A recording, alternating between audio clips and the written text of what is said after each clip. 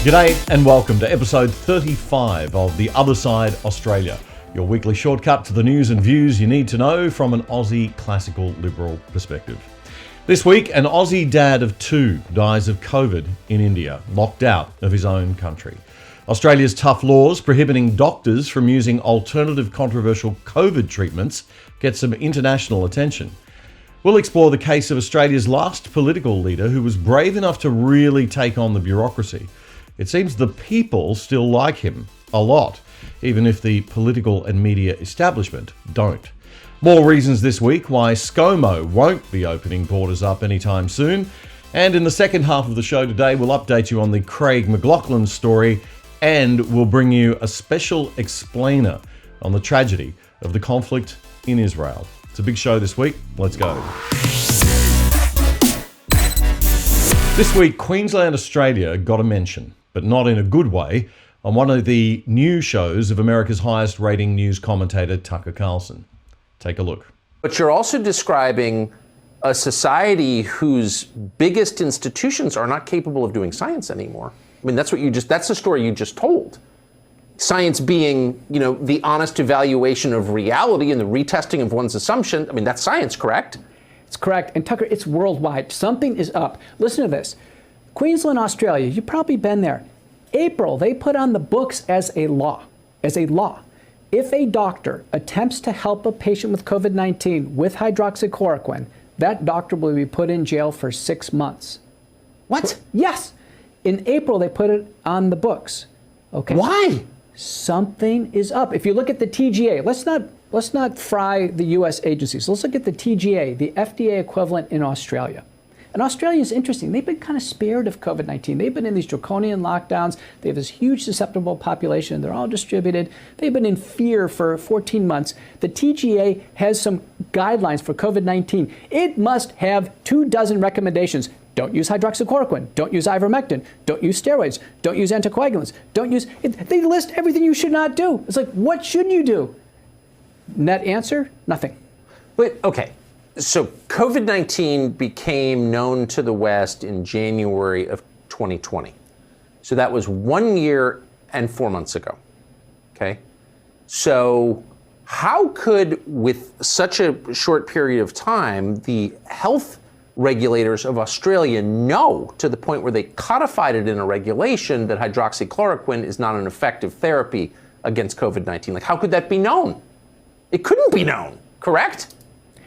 It couldn't be known, and in fact, there are pieces of the timeline that are suggesting that something is very wrong going on. Okay, but who is this guy? I mean, must be some quack, right? For viewers who are wondering, who is this guy? Is he just some random guy who's claiming to be a doctor? Look him up, Peter McCullough, and I think you'll be quite satisfied after your Google search that you have the authority to say the things that you're saying. I testified under oath. I have 600 publications in the peer-reviewed literature. I'm the president of a major medical society. I'm the editor of 2 major journals. I've headed up 24-day safety monitoring boards in major drug trials and stopped drug trials early for safety reasons. Oh, he's not some quack. So maybe he just made a mistake. I mean, surely Queensland wouldn't have outlawed the prescription of a drug that's relatively harmless and very cheap and may not work for COVID, but hey, if some people want to give it a try, then that's their right in a free country. I mean, especially if their doctor prescribes it, because doctors can make up their own minds in a free country, right? No. Queensland did, in fact, outlaw it. I, Dr. Jeanette Young, Chief Health Officer, reasonably believe it is necessary to give the following directions pursuant to the powers under the Public Health Act. The purpose is to prohibit the prescribing, dispensing, or supply of hydroxychloroquine for the treatment of a person unless it is done in accordance with this direction. Following that, there's a whole bunch of rules about how you can't prescribe it for COVID, basically. And then at the end, this. Maximum penalty, 100 penalty units, or 6 months imprisonment. Okay, so the American doctor was right. And he didn't stop there. I'm telling you, I have no agenda, but I am deeply concerned that something has gone off the rails in the world. It involves science, it involves the medical literature, it involves the regulatory response, it involves populations kept in fear and in isolation and despair. Okay, so you've, this is upsetting, but it's also fascinating, I think. You've alluded a couple times to something being up, I think is the phrase that you used. Can you put a slightly finer point on that? Do you believe that NGOs, the enormous nonprofits that have a lot of sway, it seems like, in the public health arena, are exercising influence over COVID policy in the direction that you're describing? Is it that? Is it some international regulatory body? Is it WHO? I mean, like, what is this, do you think? That's really going to be the goal of investigative reporters, to figure this out. Well, no wonder. If we have unelected public health officials like Dr. Young empowered to threaten prison sentences on doctors for being, well, doctors, things are getting weird.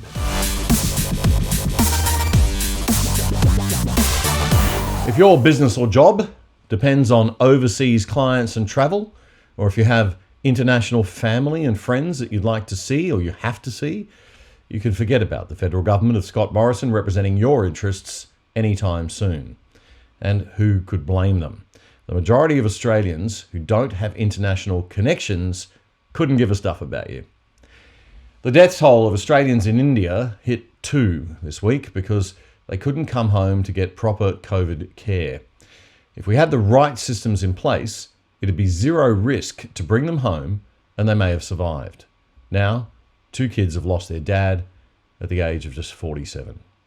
A senior executive of Trina Solar Australia, Assistant Director Govind Kant, had returned to India for personal reasons just last month. The Australian newspaper reports the company described the father of 2 as a dear friend and a valued colleague. Words may not suffice to express the heartfelt sorrow that the team at Trina Solar fears for the passing of our exceptional colleague and friend. Our thoughts and prayers are with Govind and his family, including his wife and 2 daughters.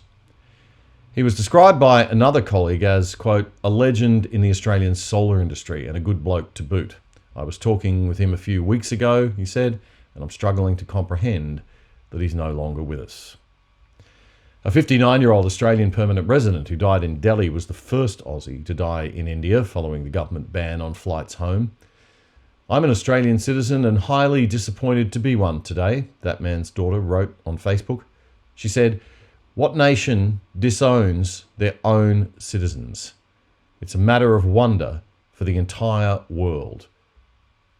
There you go. But a lot of us just don't care, right? This week, a news poll conducted for the Australian newspaper showed that 73% of voters back a Fortress Australia international border policy and believe the international borders should remain closed until at least the middle of next year. Now, that's an overwhelming number. If you're a cricketer, however, the story's different, but it's not the cricketers we should be criticising for being allowed their basic human right to return home to their own country safely. It's the government we should be criticising for not enabling all Australians to come home, to be safely quarantined in an appropriate facility, and to be treated properly if they're sick. 73% of Australia would disagree with me on that, apparently. So how have we got to this? Basically, I think it's because we don't teach economics in school well enough. People think money comes from thin air, and they think the essential services needed to help the poor and the sick don't come from money because money is evil. Money in our system simply represents value created, whether it's by hard work, smart thinking, taking risks with investing, or the extraction and use of natural resources. Somebody, somewhere creates value and earns money for the value created for someone else. That's what free market liberalism is all about, and that's why it's the most efficient system mankind's ever known, and why most communist countries have now adopted that economic model. But don't take my word for it. The proof is in the pudding. Just look at China and Russia post-socialism versus back when they had a fully government-controlled economy trying to make everything equal and fair. But I'm getting off the point. The point is 73% of Aussies don't seem to understand that a lot of our livelihood depends on what international Aussies are doing. So before you say who gives a stuff, you need to be totally sure that your job isn't somehow dependent on international trade, international investment, and international engagement. And in today's globalised world, chances are 90% of the jobs in this country do depend on that. Now, those who might be thinking, doesn't affect me, I'm out of the workforce now, need to remember that the investment income returns that you're getting, or the government payments and subsidies that are supporting you, are very dependent upon the international revenues that this country gets. So it's all well and good to say, Fortress Australia, bring it on, when we've had JobKeeper and JobSeeker to cushion the blow of COVID-19. But you might find it's a totally different thing when you don't have that. So if we continue to incentivise our Liberal and Labor politicians to keep borrowing money from the future and going with policies that are bad for the country but very good for getting re-elected, they're going to keep delivering. Nobody wants to lose power. And who wants to do a Campbell Newman and get slaughtered at the next election because he tried to do the right thing by running the government responsibly and keeping the budget in line? Nobody. So it's up to us, Australia. And right now, we're incentivising our pollies to keep borrowing from our kids' future and setting us up for massive interest rate expenses that we have to pay right now. And that's just the economic impact of Fortress Australia. Never mind the civil liberties and our freedom to choose as individuals to come and go from our own country as we wish. And never mind the health things. Speaking of Campbell Newman, the Liberal National Party of Queensland have decided to let him actively back into the party after treating him like a pariah for the past 6 years. Now, this is an important case study for all Australians in all states because Campbell Newman represents our most recent version of a populist politician who really took risks and tried to shake up our sleepy, overweight bureaucracy. And he paid the price. The former Lord Mayor of Brisbane won a state election in Queensland to become Premier in 2012 by an absolute landslide. Ladies and gentlemen, I want to thank all Queenslanders this evening for voting for change. But then he promptly lost again in 2015. My political career is over. It is over. And least...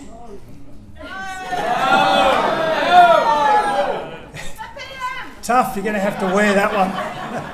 Here's why this is also important for all Australians. Campbell is a social moderate and economic conservative. When he won government, he immediately set about trying to cut down the waste in the public service and bring the bureaucracy down to a size that was what Queensland could actually afford, rather than what the Labor Party and the unions wanted. His greatest sin? Doing this quickly. Can Do Campbell quickly became Please Don't Do Any More Campbell, as the public, Labor and the unions turned on him for reducing public servant numbers by 14,000. He tried to run a responsible ship financially, and he moved fast to just get things done, like a former army officer with an engineering degree might do. You see, no one wants to reward any politician that stands up for good money management and ends the nice little game the bureaucracy has going on of taking value away from the economy and spending it on stuff that they want to spend it on. Now, I'm not a radical libertarian. I believe in small government. We need government for basic services that the free market fails in delivering. And we need it to set the rules that the free market has to play by. But we don't need government the size it is in Australia. You could cut 10% off the budget and staffing of every department in Australia, except defence perhaps, and you'd notice no differences in the services if they were run efficiently and well. What you would notice is a reduction in debt, lower taxes, and an economic and jobs boom in the private sector. And then we'd have those real wage rises we've been wanting. But I digress again.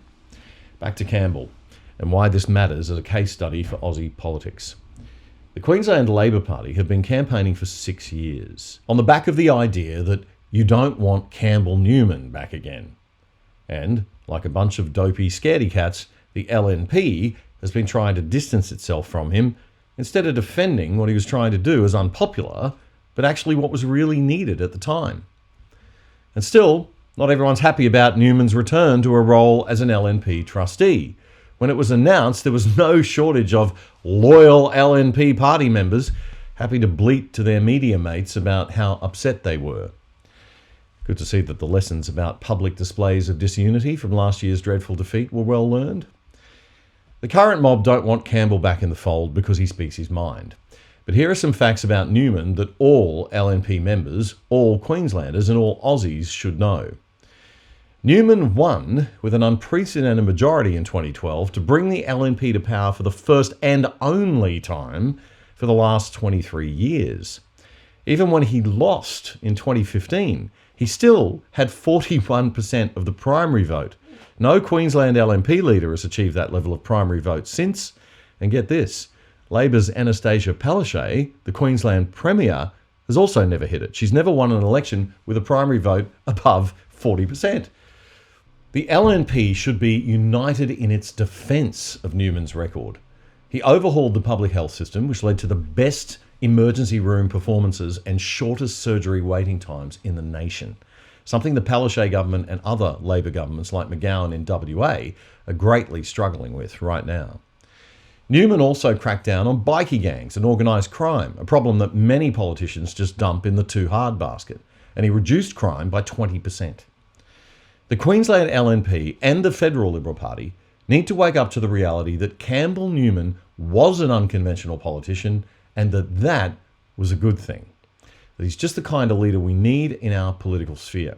And he's the kind of person the Liberal Party needs, because he's someone who isn't afraid to put the state and its people before his own personal political gain, and to stand up for what's right, even if that means upsetting the bureaucrats, and even if it means upsetting his own party colleagues from time to time. Now here's the really big lesson for classical liberals and conservatives everywhere. Despite being dumped on from his own party, this was the result of a poll that was conducted by the Coory Mail newspaper. 70% of a sample size that got up to 2,500 respondents think that Newman's return will help the party. Now, that's not a totally legitimate poll because it's an incoming sample, not a random outgoing sample. But if it's even partly true, the Liberal National Party in Queensland seriously needs to rethink its position on one Mr. Campbell Newman. So the other side, Australia, is going to do a little research of its own in coming weeks to find out if this gap between public perception and the political class's perception actually holds up. Because this has implications for all of Australia in terms of whether we should be listening more to the average person and less to the chatterboxes in media and politics. We'll keep you posted on that in the weeks ahead, so watch out for it. In any case, the LNP in Queensland and the Liberal Party nationally shouldn't be ostracising Newman. It should be actively courting him to return to the front line of the party in some capacity. Although I don't think a successful businessman like him, who's already been through the ringer once, would be up for another round of punishment at the hands of the Aussie political machine. But this is why this lesson and this case study is so important in Australia. We will never attract top talent into our political leadership if we don't give them the benefit of the doubt and ensure them more than just a few years to execute their plans. Our major political parties seem to be more interested than they should be in maintaining a closed shop and keeping new talent that might threaten incumbents at bay, rather than putting the interests of the nation and the party first, like a corporation would, and go out and search for the best talent. I'm not sure how we fix that problem. UK-style fixed 5-year terms might be a good start, but it definitely needs fixing. In more news, the People's Project is doing news without seriousness. What? If you want to see evidence of this crazy show, watch The People's Project, 7:30 on Fridays, the Discernible Network. Australian teen heartthrob and actor Craig McLachlan has proven to us all this week that if you're accused of sexual assault in modern Australia, you are never not guilty, even if you're found to be not guilty by a court. Even if you show video evidence of the media coming after you deliberately by coaching complainants while they're interviewing them and not challenging them, as journalists always should do. You're still stuffed if you're a white bloke, basically. The reaction of many in the mainstream media and on social media to the McLachlan documentary on Channel 7 on Sunday night was a disgraceful pile of proof that many Australians still do not respect the rule of law or the presumption of innocence. You know, acting is a weird business. The Rocky Horror Picture Show is a musical about sexual extroversion and hypersexualization. Every actor knows, whether they want to admit it or not, that the backstage dynamics and environment can be a bit sexual, especially when involved in a production like that. The line between on and offstage antics gets blurred, and the allegations against McLachlan are simply not serious enough in that context to warrant all this fuss. Here are the charges he was found not guilty of in December. I repeat, not guilty of. Straddling one complainant on the couch in the green room, kissing her neck and stopping after he asked, "Too much? Did I linger too long?" And she said yes. He stopped. Hugging another complainant for too long at the end of a line of cast members.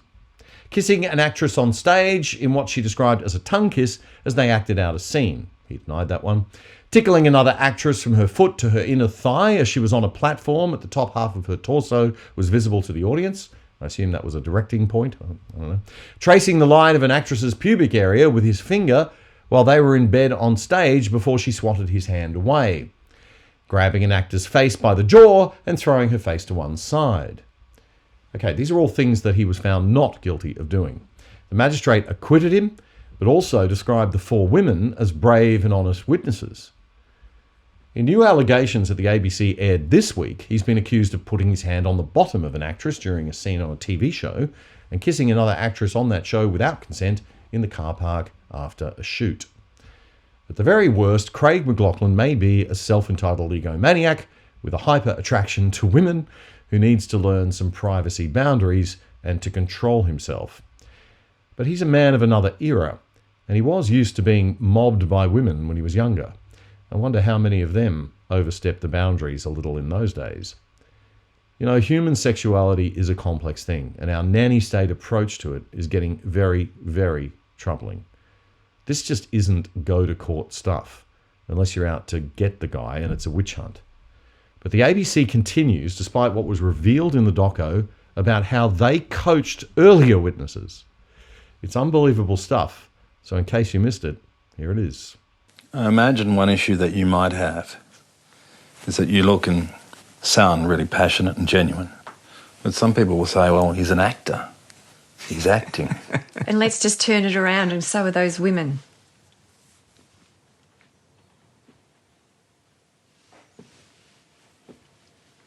So essentially, what's of most concern is the power imbalance in this situation. So I think what has inhibited our action previously and what's concerned us the most now is his... No, it's not right. Hang on, guys, out there. We can hear them. Okay. We're good? We're on. What is it that stops women from complaining in these circumstances, do you think? I think in our case, it's their star power, it's their influence that makes us fearful, makes us feel as though our voices won't be heard. Short enough? With that? Too short? No. Maybe even just something with life. Obviously, was like, he's a big star. He has clout. Mm. We wouldn't be listened to, or we would think we'd be listened to. Okay. I guess we all felt that his star power and his influence was more valuable and more important than us. Okay, so let's just pause there for a sec. Last week, I showed you how the ABC 730 report reconstructed a non-story about a university professor who was made to feel uncomfortable by Liberal MP Andrew Lemming. There was simply nothing there, but they made it look like something, carefully crafting the reality to fit their preconceived narrative. This is very serious stuff, folks, because the ABC carries the reputation of being the nation's premier current affairs show coming out of our national broadcaster that we all have to pay for. And they're a hugely influential organisation that shapes our culture massively. If they're crafting a reality rather than just presenting reality as faithfully as they can, then they're behaving as a propaganda organisation, not a news outlet. This is not news. It's docudrama reality TV. And I don't think it's fair that he gets to go out there every night and soak up everything that he gets to soak up and have all these performers giving him all their energy so that he looks great.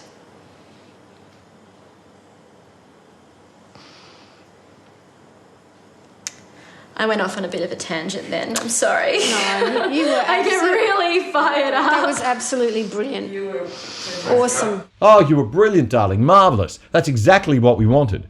We can now drive our cultural Marxist critical theory third wave feminist fictional narrative about all women being victims and all men being monsters just beautifully with our little TV show produced at taxpayers' expense. This is an outrage, folks. And if this doesn't bring the ABC to massive reform and a huge overhaul, nothing will. That so many Australians can't see through this amazes me. But I suspect those in the mainstream media suggesting that the Channel 7 documentary was met with criticism and outrage are themselves not listening to the silent majority. Again. In any case, this government needs to stop funding this monstrosity of left-wing lunacy and do what we elected it to do in 2019 as classical liberals and conservatives and listen to us, the voters. We need a national broadcaster that provides basic essential services, straight news, parliamentary coverage, some coverage and support for industries like the arts that otherwise might flounder commercially maybe, but we don't need it pumping out fictional TV and lying to the public by dressing it up as news. Enough. Reform the ABC now. Otherwise, it will keep on creating a culture that will inevitably mean the Liberal Party will not only lose this election, but every election forevermore. The Israel-Palestine conflict is a very confusing one. Much more confusing than the kids on the left who automatically just support whoever appears to be the little guy in any conflict without much thought or analysis would make it out to be. This is how Channel 9's Ben Avery reported on things on Monday. From the rubble, a survivor. 6-year-old Susie had been trapped beneath her family's home for 7 hours, feared dead. Now she's safely in hospital, hand in hand with her father, but with grief written all over her face. Her father explains that her mother and all 4 of her siblings did not survive. This is what has caused the heartache, a pre-dawn Israeli bombardment. And frankly, if Hamas thought that they could just fire on our rockets and then sit back and enjoy immunity, that's false. Gaza continues to fight, launching another barrage of rockets. One striking the southern city of Ashkelon, damaging a synagogue and setting cars ablaze. The United Nations Secretary-General describing the hostilities as utterly appalling. Fighting must stop. US President Biden says his administration is continuing to work towards calm. Palestinians and Israelis equally deserve to live in safety and security. Retired British naval officer Colonel Richard Kemp gave this explanation of the dispute to Sky News Australia this week. The reality of the situation in Israel and in Gaza is that a few days ago, the Hamas and Palestinian Islamic Jihad, the terrorist forces that control Gaza, launched an intense bombardment of rockets at Israeli civilian population. And they've so far, in the last 3 or 4 days, they've fired over 2,000 rockets at the Israeli civilians. Most of them, I'm happy to say, have been taken down by the Israelis' Iron Dome missile defense system. Some have got through, and unfortunately, some Israelis have been killed. Cities like Tel Aviv and Jerusalem itself, and other places throughout parts of Israel have been hit by these missiles. Meanwhile, of course, the IDF have been striking back very, very hard, and with precise strikes to take down the Hamas military infrastructure, doing their best, of course, to avoid killing innocent civilians. There have been many civilians killed in Gaza, but that's inevitable when you're dealing with a terrorist organization that hides behind human shields and makes that the central focus of its military strategy to try and get Israel to kill their own civilians. Retired British naval officer Colonel Richard Kemp there. The Colonel also told Sky News that there's no doubt who is backing Hamas. Hamas and the Palestinian Islamic Jihad are funded and equipped by Iran. They are basically an Iranian proxy, and they are carrying out this action at the behest of Iran. They obviously want to do it themselves as well, but Iran is behind it, pulling the strings. And it is Iranian-supplied missiles and and material to make missiles inside Gaza that have enabled Hamas to launch this overwhelming bombardment against Israel. So to understand more about the history, I decided to look for a couple of videos. I felt the safest way to understand it and to avoid too much bias in the way the history was presented might be to watch one video produced by the left and one produced by the right. So let's start with the left. This video was produced by the US left-wing news site Vox. Conflict's mostly about two groups of people who claim the same land, and it really only goes back about a century to the early 1900s. Around then, the region along the eastern Mediterranean we now call Israel-Palestine, been under Ottoman rule for centuries, was religiously diverse, including mostly Muslims and Christians, also a small number of Jews who lived generally in peace. It was changing in two important ways. First, more people in the region were developing a sense of being not just ethnic Arabs, but Palestinians, a distinct national identity. At the same time, not so far away in Europe, more Jews were joining a movement called Zionism, which said that Judaism was not just a religion, but a nationality, one that deserved a nation of its own. And after centuries of persecution, many believed a Jewish state was their only way of safety and saw their historic homeland in the Middle East as their best hope for establishing it. In the first decades of the 20th century, tens of thousands of European Jews moved there. After World War I, the Ottoman Empire collapsed, and British and French empires carved up the Middle East, the British taking control of a region it called the British Mandate for Palestine. At first, the British allowed Jewish immigration, but as more Jews arrived, settling into farming communities, tension between Jews and Arabs grew. Both sides committed acts of violence, and by the 1930s, the British began limiting Jewish immigration. In response, Jewish militias formed to fight both the local Arabs and to resist British rule. Then came the Holocaust, leading many more Jews to flee Europe for British Palestine and galvanizing much of the world in support of a Jewish state. In 1947, as sectarian violence between Jews and Arabs there grew, the United Nations approved a plan to divide British Palestine into two separate states. One for Jews, Israel, and one for Arabs, Palestine. The city of Jerusalem, where Jews, Muslims, and Christians all have holy sites, was to become a special international zone. The plan was meant to give Jews a state, to establish Palestinian independence, and to end the sectarian violence that the British could no longer control. The Jews accepted the plan, and they declared independence as Israel. But Arabs throughout the region saw the UN plan as just more European colonialism trying to steal their land. Many of the Arab states, who had just recently won independence themselves, declared war on Israel in an effort to establish a unified Arab Palestine where all of British Palestine had been. The new state of Israel won the war, but in the process, they pushed well past their borders under the UN plan, taking the western half of Jerusalem and much of the land that was to have been part of Palestine. They also expelled huge numbers of Palestinians from their homes, creating a massive refugee population whose descendants today number about 7 million. At the end of the war, Israel controlled all of the territory except for Gaza, which Egypt controlled, and the West Bank, named because it's west of the Jordan River, which Jordan controlled. Now, you could be forgiven for needing to rewind on that one. This was the beginning of the decades-long Arab-Israeli conflict. During this period, many Jews in Arab-majority countries fled or were expelled and they arrived in Israel. The population went up a lot in terms of Jews in Israel. Then something happened which transformed the conflict, because in 1967, Israel and the neighbouring Arab states fought another war, the Six-Day War. When it ended, Israel had seized the Golan Heights from Syria, the West Bank from Jordan, and both Gaza and the Sinai Peninsula from Egypt. Israel was now occupying the Palestinian territories, including all of Jerusalem, leaving Israel responsible for governing the Palestinians. In 1978, Israel and Egypt signed the US-brokered Camp David Accords, and Israel gave Sinai back to Egypt as part of that peace treaty. But this was hugely controversial in the Arab world, and the Egyptian president, Anwar Sadat, was assassinated partly because of that deal.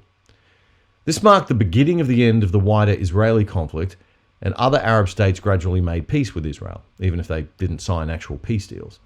But Israel's military was still occupying the West Bank and Gaza. The PLO formed in the 1960s to seek a Palestinian state, and they used all sorts of violence, including terrorism, against Israel to meet their end. Initially, the PLO claimed all of what had been British Palestine, meaning it wanted to end the state of Israel entirely. Fighting between Israel and the PLO went on for years, even including a 1982 Israeli invasion of Lebanon to kick the group out of Beirut. The stillness of the ceasefire in southern Lebanon was shattered today by the sound of guns, bombs, and planes. The PLO later said it would accept dividing the land between Israel and Palestine, but the conflict continued. As all of this was happening, something dramatic was changing in the Israel-occupied Palestinian territories. Israelis were moving in. These people are called settlers. In the late 1980s, Palestinian frustrations erupted into the Intifada. That means uprising. It became really violent, and Israel responded with heavy force. Around the same time, a group of Palestinians in Gaza who considered the PLO too secular, too compromise-minded, created Hamas, a violent extremist group dedicated to Israel's destruction. By the early 1990s, it's clear that Israelis and Palestinians have to make peace. The leaders from both sides signed the Oslo Accords. This is meant to be the big first step toward Israel maybe someday withdrawing from the Palestinian territories and allowing an independent Palestine. Now, the Oslo Accord had established the Palestinian Authority, and that allowed Palestinians some degree of freedom to govern themselves.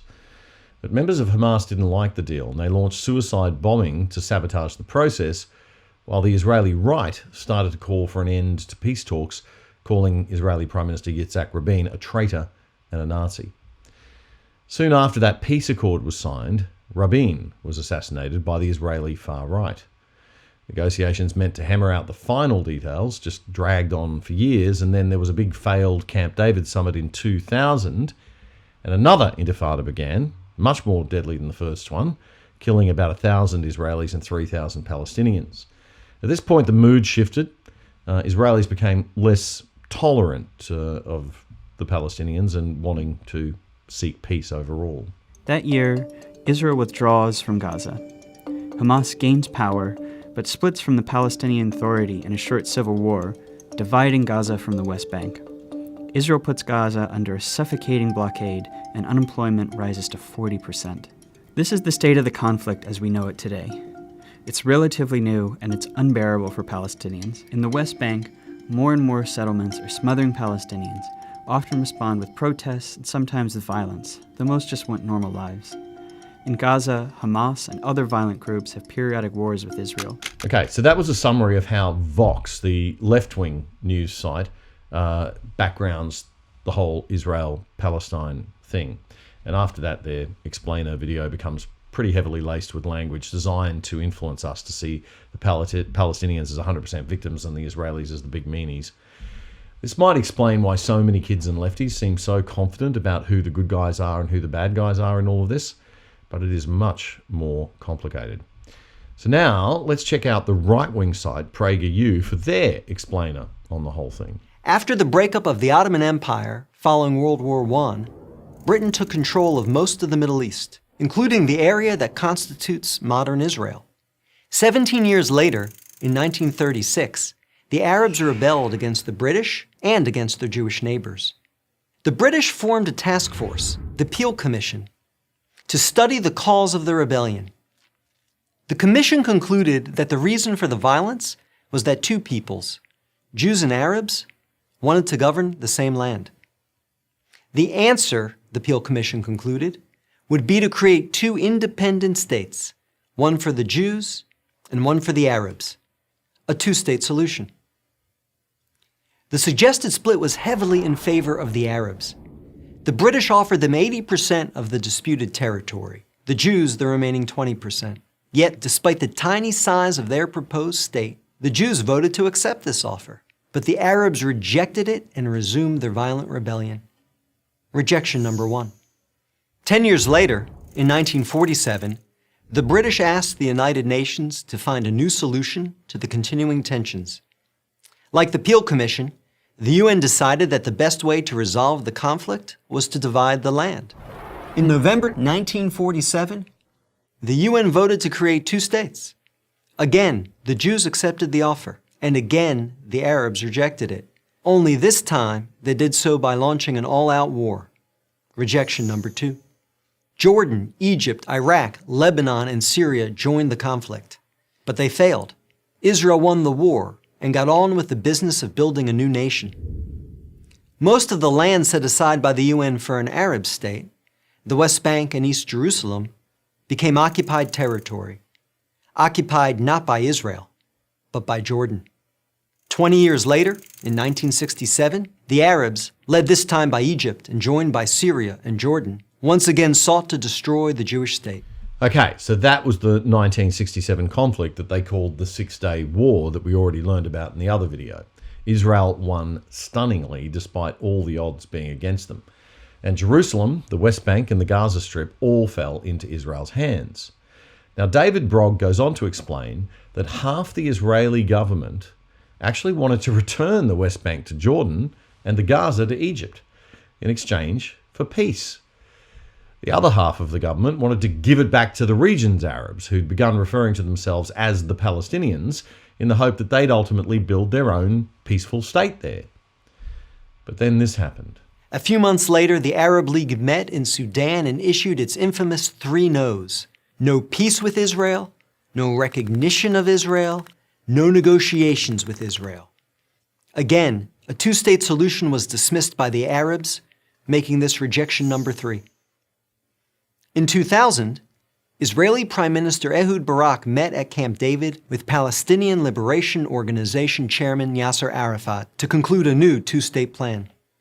Barak offered Arafat a Palestinian state in all of Gaza and 94% of the West Bank, with East Jerusalem as its capital. But the Palestinian leader rejected the offer. In the words of U.S. President Bill Clinton, Arafat was here 14 days and said no to everything. Instead, the Palestinians launched a bloody wave of suicide bombings that killed over 1,000 Israelis and maimed thousands more, on buses, in wedding halls, and in pizza parlors. Rejection number 4. In 2008, Israel tried yet again. Prime Minister Ehud Olmert went even further than Ehud Barak had, expanding the peace offer to include additional land to sweeten the deal. Like his predecessor, the new Palestinian leader, Mahmoud Abbas, turned the deal down. Rejection number 5. In between these last 2 Israeli offers, Israel unilaterally left Gaza, giving the Palestinians complete control there. Instead of developing this territory for the good of its citizens, the Palestinians turned Gaza into a terrorist base from which they have fired thousands of rockets into Israel. Each time Israel has agreed to a Palestinian state, the Palestinians have rejected the offer, often violently. So if you're interested in peace in the Middle East, maybe the answer is not to pressure Israel to make yet another offer of a state to the Palestinians.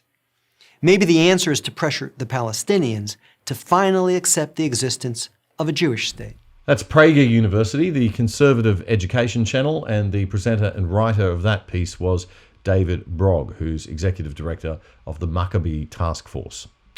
So that's our look at 2 different takes on the situation. Somehow there needs to be a resolution of this mess that gives the Palestinians some dignity and autonomy, ensures Israel's right to exist and live in peace, and most of all, prevents the needless deaths of people and children on both sides. Phew, okay, we need some comedy after all that. Now, you may be familiar with the Twitter queen Tatiana McGrath, the super woke guru of inner city London. She's a creation of the brilliant comedian, writer, and social commentator Andrew Doyle. Well, Titania emerged from Twitter to take the stage last year at Comedy Unleashed in London. Here's a slice of that performance. Titania is played by Alice Marshall, and the script is by Andrew Doyle.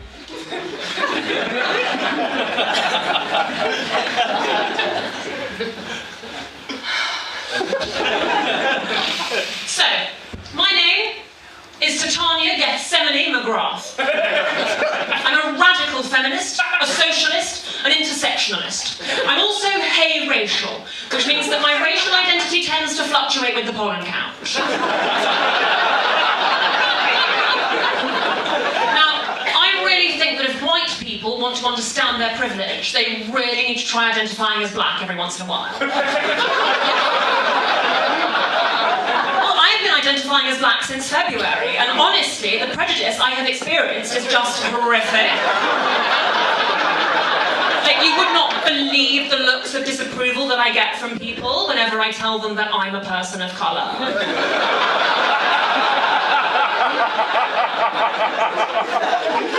Now, I've been led to believe that this is some sort of comedy night, so you're probably expecting me to stand up here telling loads of hate jokes. So that's the kind of thing that goes on here, isn't it?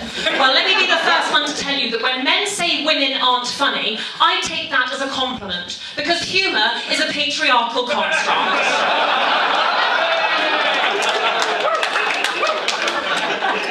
Personally, I will only ever go and see a comedian if she's a feminist. And actually, I really do admire this new brand of super feminist comedians who are like totally subverting the genre by making sure that it doesn't actually make anyone laugh. I mean, I think we've all become pretty politically disillusioned at the moment. So, like, I, for instance, have always voted Labour. And I know people say that Labour's got a massive problem with anti-Semitism at the moment, but I'm just like, chill out, guys. Do you know what I mean? Like, don't get me wrong. I think Jews are great. I do. I think Jews are great. I think they're really smart and cunning.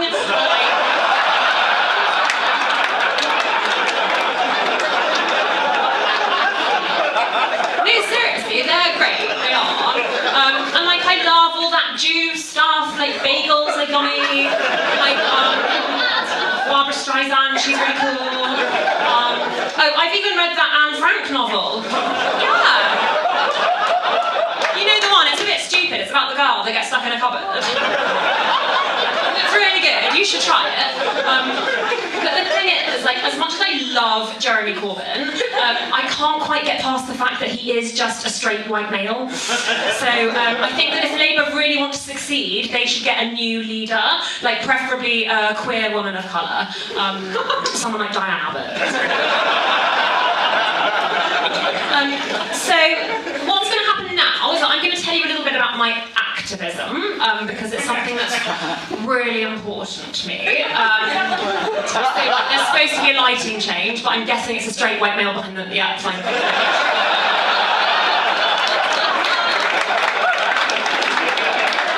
I saw that little ratty one come up here to try and fix the tag.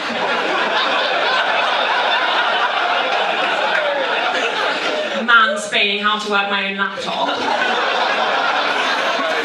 Don't worry, the police have been called. Yeah, so activism is very, very important to me. Last year I spent some time in Namibia, helping poor Africans.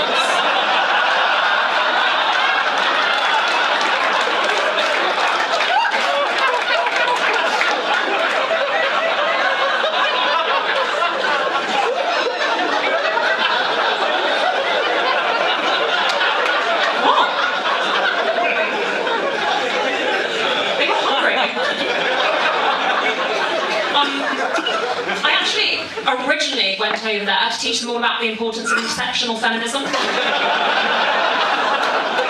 Because honestly, they absolutely live for that stuff over there. They were so super interested in it.